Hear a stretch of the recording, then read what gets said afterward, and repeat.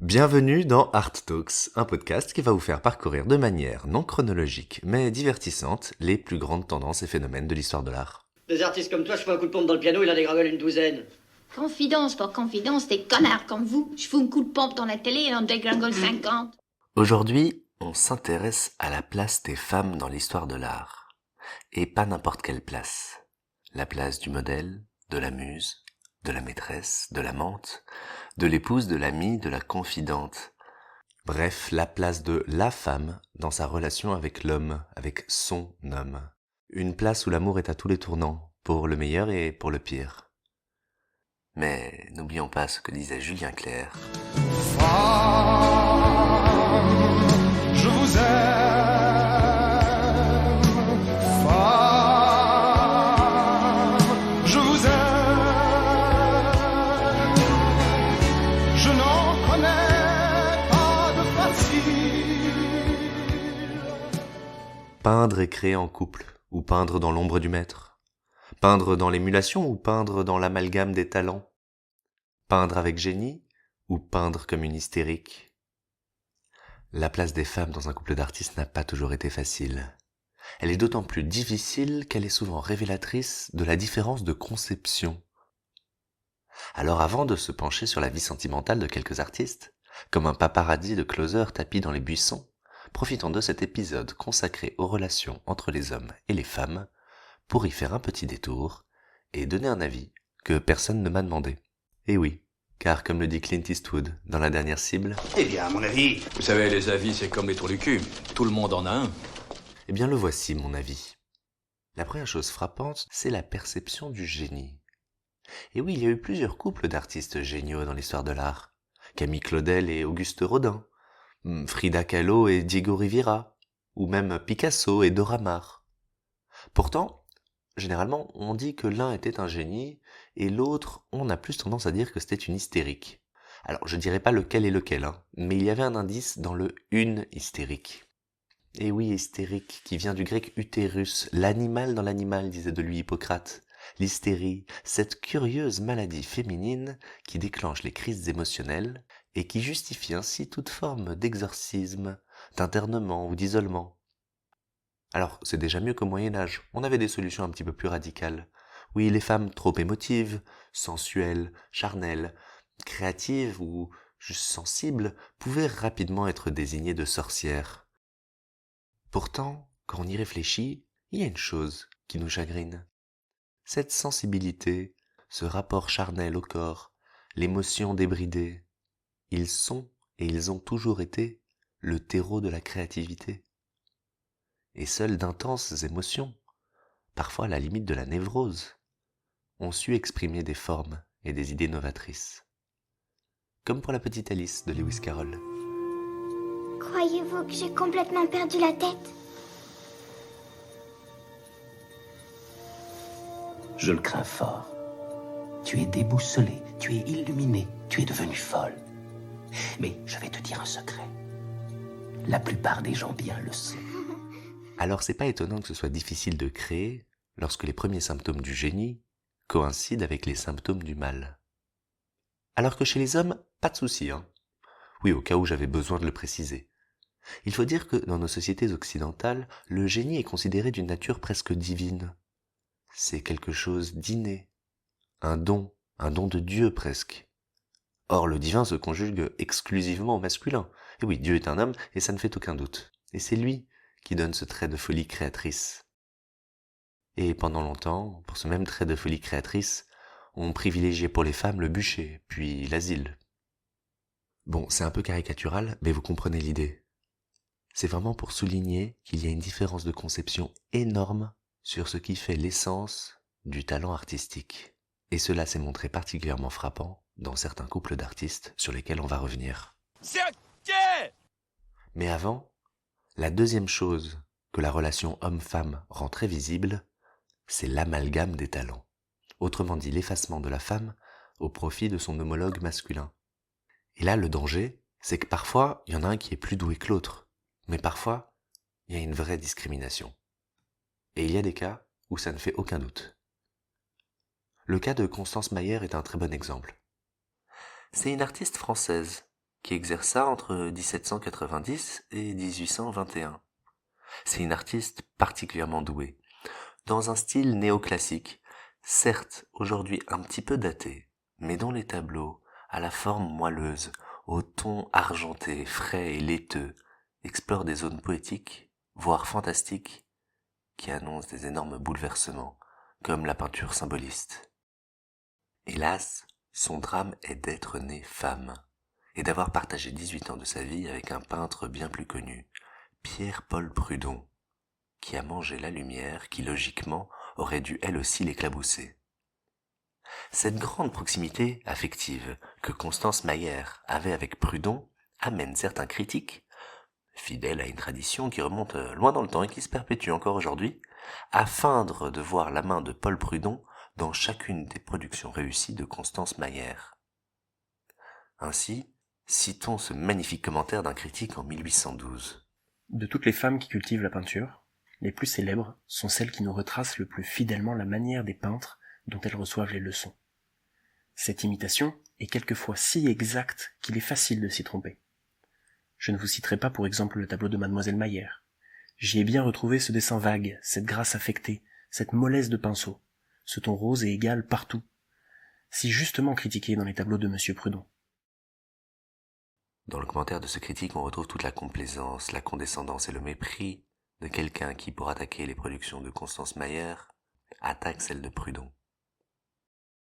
Aussi, par la suite, pour des raisons tenant à la spéculation sur les œuvres de Prudhon, mais aussi par les effets ravageurs d'une historiographie à dominante masculine et misogyne par rapport aux critères et mentalités d'aujourd'hui, Constance Mayer a été constamment maintenue à un statut d'élève du maître, masquant abusivement l'originalité de sa propre œuvre et son propre génie créateur. Beaucoup de ses œuvres ont ainsi été attribuées, et le sont toujours, à Prudhon. Ayant lapidé toute sa fortune pour entretenir la famille de Prudhon, niée dans son talent, Constance Mayer se tranche la gorge à 46 ans, le 26 mai 1821. Elle disait, j'ai déjà trop marché, mon cœur est déjà trop lourd de secrets, trop lourd de peine. Elle disait, je ne continue plus, ce qui m'attend, je l'ai déjà vécu, c'est plus la peine.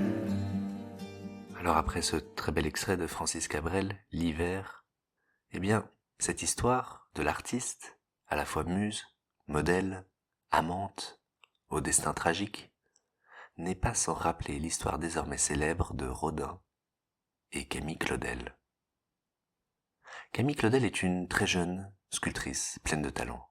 Elle a le soutien inconditionnel de son père, le rejet total de sa garce de mère et l'admiration folle de son petit frère, le futur célèbre écrivain Paul Claudel.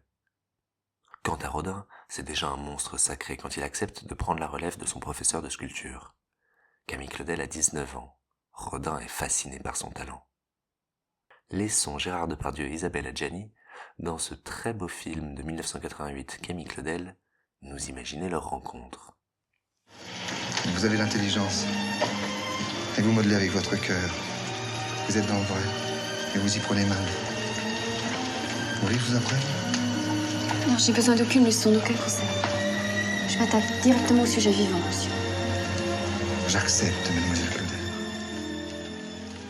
S'ensuit 15 ans d'une relation passionnée tant sentimentale qu'artistique. Si, aux côtés de Rodin, Camille Claudel perfectionne sa technique de représentation du corps et des textures, explorant les méandres poétiques de l'inachevé, elle développe et affirme un vrai style personnel. Sans elle, je ne sais plus. Elle est devenue ma seule source d'inspiration. Qu'est-ce qu'elle a que je n'ai pas, moi, Rodin?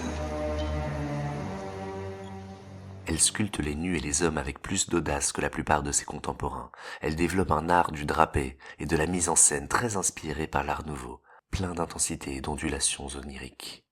Parmi ses œuvres les plus célèbres, mentionnons la valse. L'œuvre présente un couple de danseurs nus, amoureusement et érotiquement enlacés dans leur passion. Ils sont entraînés par leur élan dans un tourbillon représenté par le mouvement du drapé. La danseuse est suspendue à son cavalier, à la limite du point de rupture, à la limite de l'équilibre. L'amour, la passion, le sexe, tout y est, faisant dire à l'écrivain Jules Renard « Ce couple semble vouloir se coucher et finir la danse par l'amour ». Mais la fin de Camille Claudel, cette sculptrice brillante, est tragique. Son amour pour Rodin est aussi intense que tumultueux. Elle a peut-être des enfants avec lui, sans que l'on ne sache pour sûr, et elle a subi vraisemblablement plusieurs avortements. Lorsqu'ils se séparent, en 1898, elle est émotionnellement éprouvée, mais continue de créer, et gagne une relative indépendance financière. Mais quelques années plus tard, à partir de 1905, elle commence à connaître des troubles. Elle vit recluse, paranoïaque. On déplore son hygiène et son mode de vie. En 1909, Paul Claudel, dans son journal, la décrit dans son atelier. À Paris, Camille folle, le papier des murs arraché à longs lambeaux, un seul fauteuil cassé et déchiré, horrible saleté. Elle, énorme et la figure souillée, parlant incessamment d'une voix monotone et métallique. À la mort de son père, qui l'avait toujours soutenu, sa mère et son frère la font interner de force. Laissons les mots de Philippe Noireau, chantés par Véronique Pestel, nous raconter la suite. La panique étouffante, le bon droit des familles, en raison de l'infante et séquestre Camille. Le consul de Hambourg est poète à ses heures, la condamne en un jour aux poubelles du malheur, au plus profond d'un trou, pour taire le scandale. En un seul tour d'écrou, le silence l'avale, au froid de mon de vergue, le temps s'est arrêté. La folie à la vergue et la toile est tissée. Voici venu l'hiver du déracinement, des démons racoleurs, du découragement. Tous les jours loin du ciel, là où plus rien ne brille, c'est l'ange Gabriel qui fera à la fille prisonnière sans elle l'annonce faite à Camille. Mademoiselle Claudel, poupée de pacotille, pour qui la vie s'habille de regrets éternels. Pourtant, on s'indigne du traitement réservé à cette grande artiste qui traverse une période difficile de sa vie. L'année de son internement, 1913, une tribune est publiée pour sa libération. Une campagne de presse est alors lancée contre la séquestration légale, accusant en particulier la famille de Camille Claudel de vouloir se débarrasser d'elle, et ils vont jusqu'à demander l'abrogation de la loi du 30 juin 1838 sur les aliénés. En plein travail, en pleine possession de son beau talent et de toutes ses facultés intellectuelles, des hommes sont venus chez elle, l'ont jetée brutalement dans une voiture malgré ses protestations indignées, et depuis ce jour, cette grande artiste est enfermée dans une maison de fous. Bouleversé, Rodin tente de faire en sorte d'améliorer le sort de Camille Claudel, mais sans grand succès. Après avoir consacré en 1914 une salle entière à l'œuvre de Camille Claudel, dans ce qui sera le futur musée Rodin, il meurt en novembre 1917. À partir du moment où Claudel est internée dans des conditions misérables, elle ne sculptera plus et vivra muselée. Comment distinguer la cabale menée par sa mère et son frère avec la santé mentale hasardeuse qui était la sienne? En d'autres termes, quelle frontière entre l'hystérie et le génie? Ce traitement aurait-il été le même si Camille Claudel avait été un homme? Tout laisse à penser que non. Elle aurait pu déjà bénéficier de commandes d'État et ne pas sombrer dans une dépendance financière. Elle n'aurait peut-être pas eu à remettre régulièrement toute sa vocation artistique en question. Mais surtout, elle n'aurait pas eu à être internée de force par sa famille, et à se taire et à sombrer dans l'oubli, à être reléguée au cachot de la mémoire. Une lettre de Camille Claudel à son médecin quelques années après son internement est particulièrement bouleversante. Monsieur le docteur, vous ne vous souvenez peut-être pas de votre ex-cliente et voisine, mademoiselle Claudel, qui fut enlevée chez elle le 13 mars 1913 et transportée dans les asiles d'aliénés, d'où elle ne sortira peut-être jamais. Cela fait 5 ans, bientôt 6, que je subis cet affreux martyre. Du côté de ma famille, il n'y a rien à faire. Sous l'influence de mauvaises personnes, ma mère, mon frère et ma sœur n'écoutent que les calomnies dont on m'a couverte. On me reproche, ô crime épouvantable, d'avoir vécu toute seule, de passer ma vie avec des chats, d'avoir la manie de la persécution. C'est sur la foi de ces accusations que je suis incarcérée depuis 5 ans et demi, comme une criminelle, privée de liberté, privée de nourriture, de feu et des plus élémentaires commodités. Privée d'existence légale, coupée de tous et scellée, elle restera internée 30 ans, jusqu'à sa mort. Le cas de Camille Claudel n'est pas sans rappeler celui d'autres femmes ayant été artistes et muses, et dont la relation fut tout autant l'accélérateur que le tombeau de leur carrière. Parce que, pour citer Blair et Serena dans Gossip Girl, ça marche jamais quand on est la muse. Il y a plein de femmes qui ont été à la fois l'amour et l'inspiration de célèbres artistes comme Picasso. Serena, tant que le gars est dans sa période bleue, t'es la reine, c'est le bonheur. Mais quand il passe au cubisme, une autre fille se retrouve avec l'œil au milieu du front et toi tu te retrouves sans rien. c'est justement le cas de Dora Maar et Pablo Picasso, qui ont entretenu une relation d'amants et de complices artistiques. Mais après leur rupture, Dora Maar sombre dans une crise existentielle, l'envoyant directement à l'hôpital Sainte-Anne pour recevoir des électrochocs. C'est le cas aussi de Jeanne Hébuterne, dont la lecture de l'œuvre est souvent faite à travers la relation tumultueuse qu'elle a entretenue avec Amadeo Modigliani, et qui la poussera au suicide, après la mort du peintre. Mais surtout, cette histoire n'est pas sans rappeler aussi celle, bien plus célèbre, de Frida Kahlo et Diego Rivera. Frida Kahlo, comment la résumer en quelques mots? C'est à la fois une martyre de l'art et une icône, dans tous les sens du terme. Une icône de mode et de féminité d'abord, parce qu'avec son monosourcil et ses tenues colorées, elle va faire la couverture de Vogue et déclencher des modes frénétiques. Aujourd'hui, on peut même se déguiser en Frida Kahlo chez le costumier. C'est la seule artiste au monde à avoir cet honneur, semblerait-il. Mais ça a aussi été une martyre de son propre corps. Après un accident d'autocar dans sa jeunesse, sa vie n'a été qu'une longue convalescence. Incessantes opérations de la colonne vertébrale, embolie pulmonaire, gangrène, elle a tout eu. Une icône de la souffrance aussi, parce qu'en prenant la glaise de sa douleur personnelle, elle l'a transformée en un message universel qui a touché le monde entier. Allongée dans son lit, avec un miroir accroché en hauteur, elle se représente dans plus de 50 tableaux. Mais malgré la nature très autobiographique, malgré l'omniprésence de symboles mexicains, on ne peut s'empêcher de s'identifier quelque part à ce qu'elle vit, quelle que soit notre origine, de manière totalement universelle. Elle se suicide à 47 ans, probablement pour échapper à la douleur devenue insupportable, et peint un dernier tableau, tout en couleur, avec écrit au centre « Viva la vida ». D'où ce petit fond musical très entraînant de Coldplay.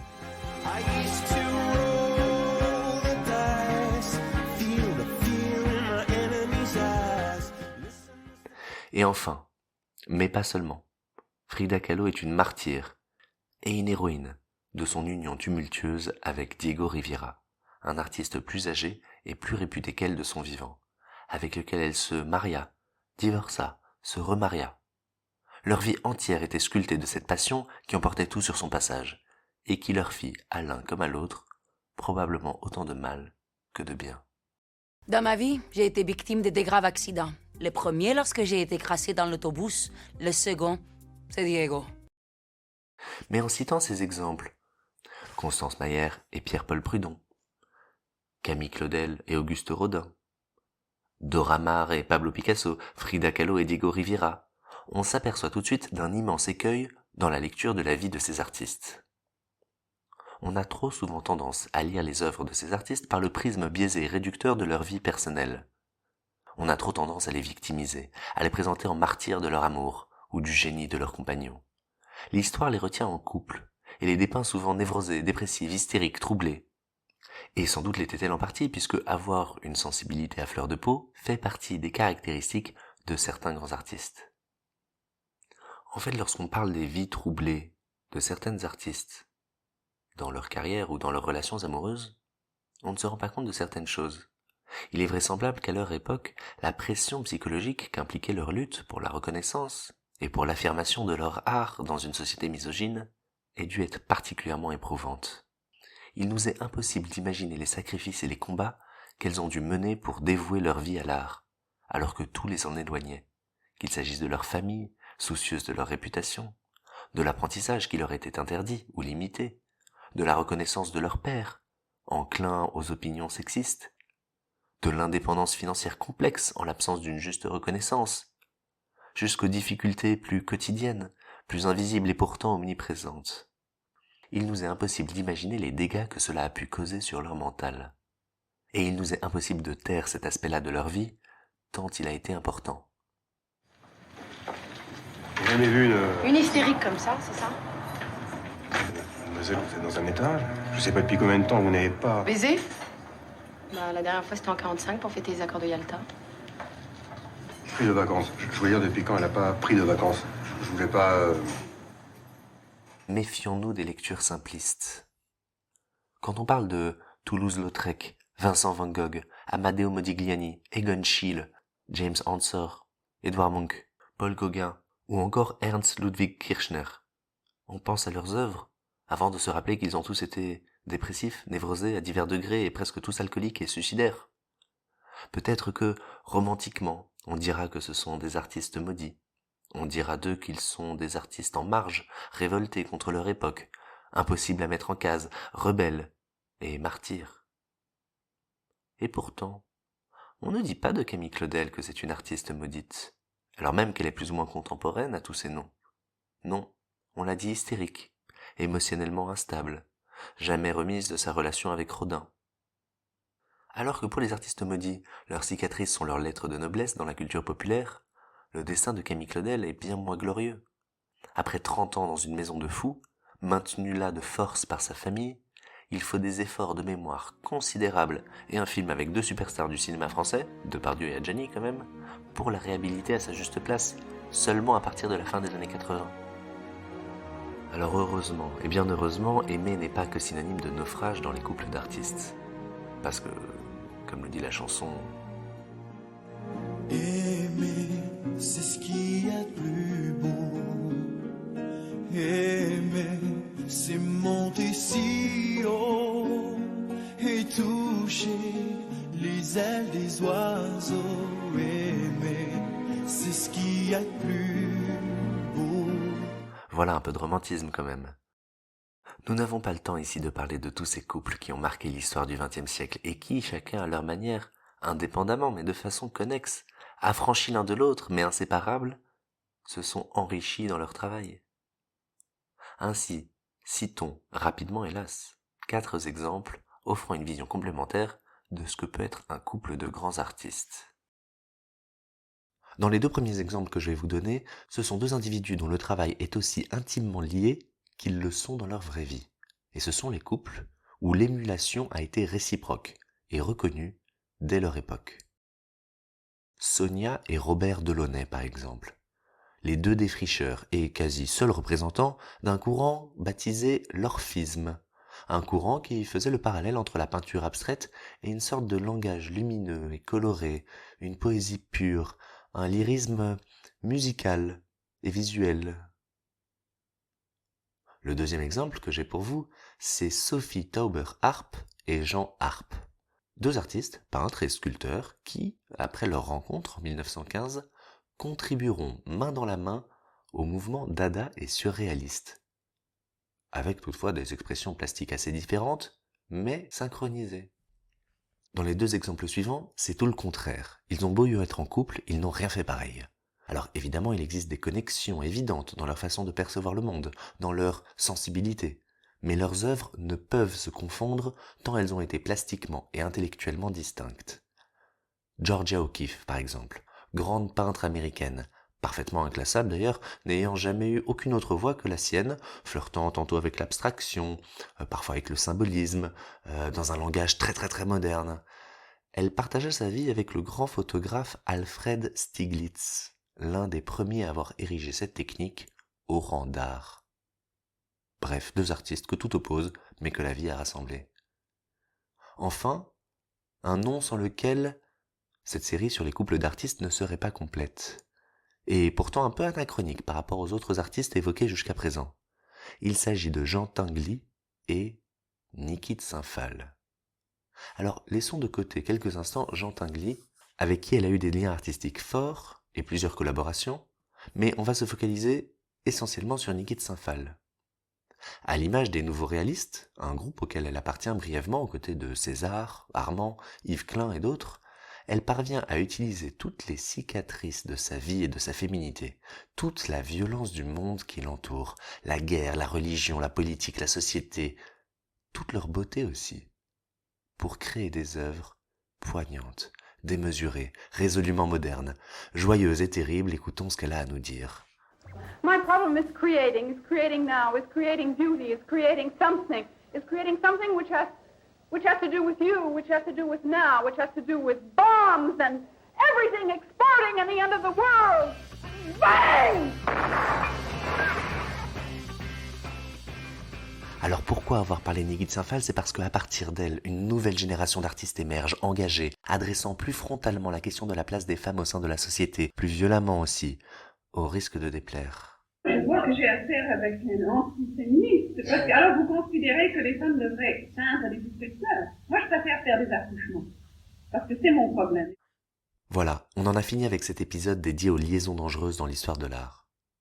Il a semblé indispensable de se pencher sur cette question pour 3 raisons. La première, c'est que, comme je l'ai déjà dit, la plupart des artistes jusqu'au XIXe siècle étaient quasiment toutes soit filles, soit épouses d'artistes.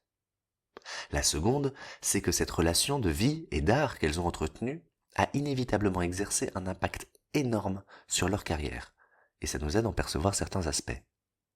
Et enfin, et surtout, car c'est dans cette relation qu'on peut voir étalée au grand jour la place et la lutte des femmes artistes dans une société où seul le talent masculin est reconnu par leurs homologues masculins, entraînant de fait de devoir creuser, à coups de pelle, à coups de larmes et à coups de pinceau, la place qu'elles auraient pu mériter et que l'histoire commence tout juste à leur accorder. Alors dans le prochain épisode, changement radical d'ambiance. Les femmes de pouvoir. Tantôt reines ou nobles, tantôt peintres de cour, elles ont fait et défait le paysage artistique d'une main de fer dans un gant de velours. Une histoire très bien racontée par les Pussycat Dolls.